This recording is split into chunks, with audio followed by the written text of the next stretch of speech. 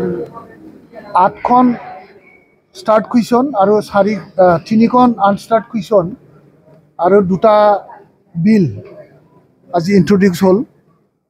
আজি যেটো আমাৰ 8টা যেটো কুৱেশ্যন আছিল, ইয়াৰ ভিতৰত আছিলে আমাৰ বৰ্তমানৰ যেটো বিটিআৰৰ যেটো ডেভেলপমেন্ট, এডুকেশন ডেভেলপমেন্ট বা বিভিন্ন অনুষ্ঠান প্ৰতিষ্ঠান বনোৱাৰ ওপৰত এটা প্ৰশ্ন আছিল।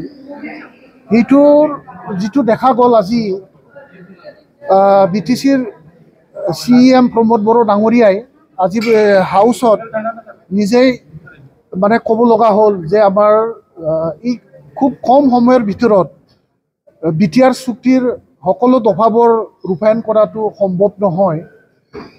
হয়, আমি স্বীকাৰ কৰিছোঁ যে সকলোখিনি বা অল ৰাউণ্ড ইমপ্লিমেণ্টেশ্যন হোৱা নাই, আজি তেওঁ স্বীকাৰ কৰিব লগা হ'ল। আৰু আমি আজি খুব খুশি হ'লোঁ যে বৰ্তমানলৈকে তেওঁলোকে যেটো মানে প্ৰজেক্ট প্ৰপ'জাল এপ্ৰুভেল হ'ল আজিও এপ্ৰুভেল হোৱাতেই আছে। আজি মাত্ৰ 3টা মানে পেকেজৰ টেণ্ডাৰৰ প্ৰচেছত আগবাঢ়িছে বুলি আজি লিখিতভাৱে তেওঁলোকে আমাক লিখি দিলে, উত্তৰ দিলে। বাকীখিনি এপ্ৰুভ হোৱাৰ অপেক্ষাত আৰু বাকী মানে ইন প্ৰিন্সিপল এগ্ৰি তেনেকুৱা ডেভেলপমেণ্টেল পেকেজৰ তেওঁলোকে আমাক আজি অৱগত কৰিছে, খুব সীমিত স্কিমৰ।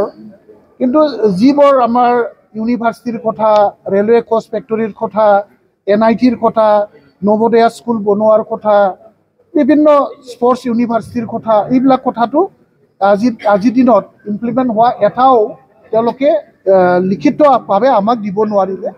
আৰু তেওঁলোকে এইবিলাক মানে হ'বহে আমি প্ৰপ'জাল পঠাইছোঁ, প্ৰপ'জালতেই আজি সীমাবদ্ধ হৈ থকাটো আজিৰ ছেশ্যনৰ জৰিয়তে তেখেতসকলৰ পৰা আমি আদায় কৰিব পাৰিলোঁ।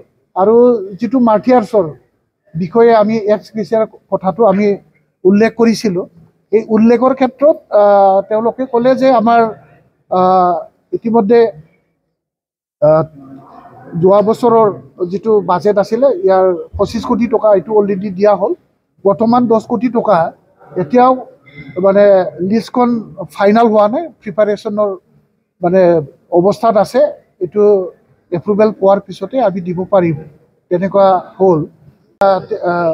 যেটো স্পীকাৰৰ সন্মুখতেই কমিটমেণ্ট দিয়া আমাৰ প্ৰমোদ বড়ো ডাঙৰীয়া আজিও এটা কমিটমেণ্ট দিছিল যে তথ্যবিলাক আমি আপোনালোকক দিম।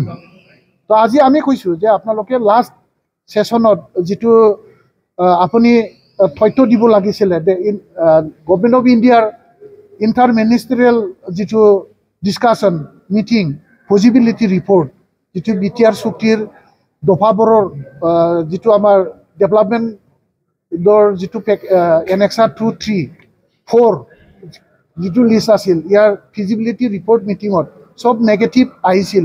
এইটো পজিটিভ চব হৈ গ'ল বুলি আপুনি যে আমাক কৈছিলে ইয়াৰ তথ্য আমি দিম বুলি কৈছিল, ক'ত আপুনি কিয় দিব পৰা নাই?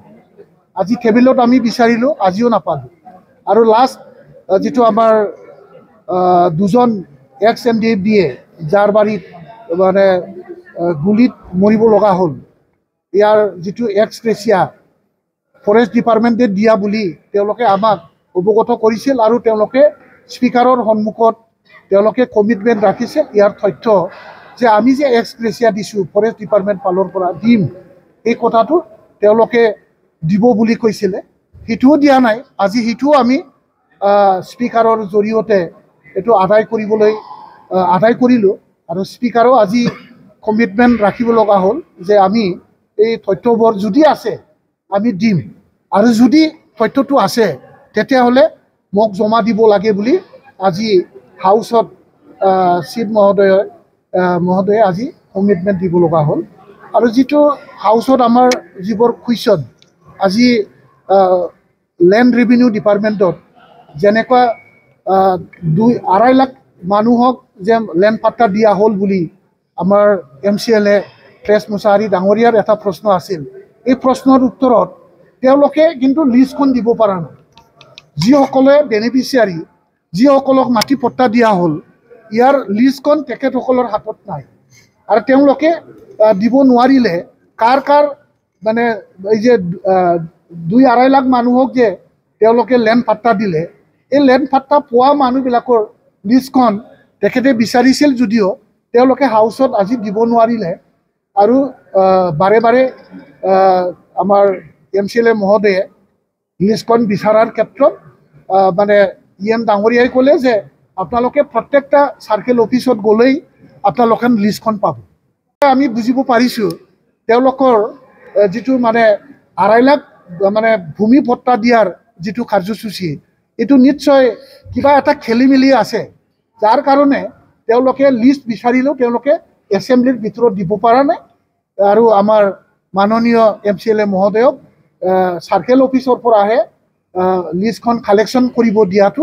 খুব অগণতান্ত্ৰিক হৈছে সেইটোত আমি গভীৰভাৱে মানে দুখ প্ৰকাশ কৰিছোঁ যিটো পবিত্ৰ সদন এই সদনত পবিত্ৰতা কাগজ বিচাৰাত তেওঁলোকে দিব নোৱাৰাটো এটা গণতন্ত্ৰৰ এটা হেমাহি বুলি আমি ধৰিছোঁ আজি ঠিক তেনেকৈ আমাৰ বহুত ভাল ভাল কুৱেশ্যন আছিল এই কুৱেশ্যনবোৰৰ উত্তৰ আমি সঠিককৈ পাব পৰা নাই আৰু যিসকল গভৰ্ণমেণ্টত আছে তেখেতসকলে আজি সঠিকভাৱে আমাৰ প্ৰশ্নৰ উত্তৰবিলাক দিব পৰা নাই।